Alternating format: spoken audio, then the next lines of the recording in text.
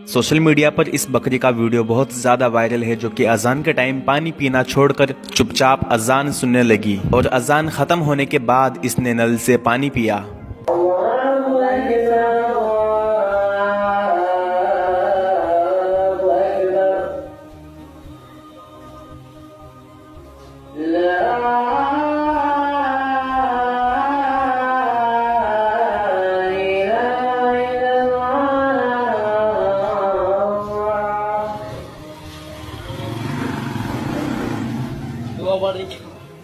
अब पियो।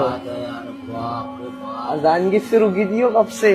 अल्लाह बेहतर जाने इसके पीछे क्या वजह है, लेकिन जब वहाँ के लोगों ने यह सब कुछ अपनी आंखों से देखा तो उनका ईमान और ज्यादा मजबूत हो गया कि अल्लाह के मखलूक भी अजान को खामोशी से सुनती है। तो हमें अजान के वक्त बात नहीं करना चाहिए, खामोशी के साथ अजान को सुनना चाहिए। यह बात हदीस से साबित है।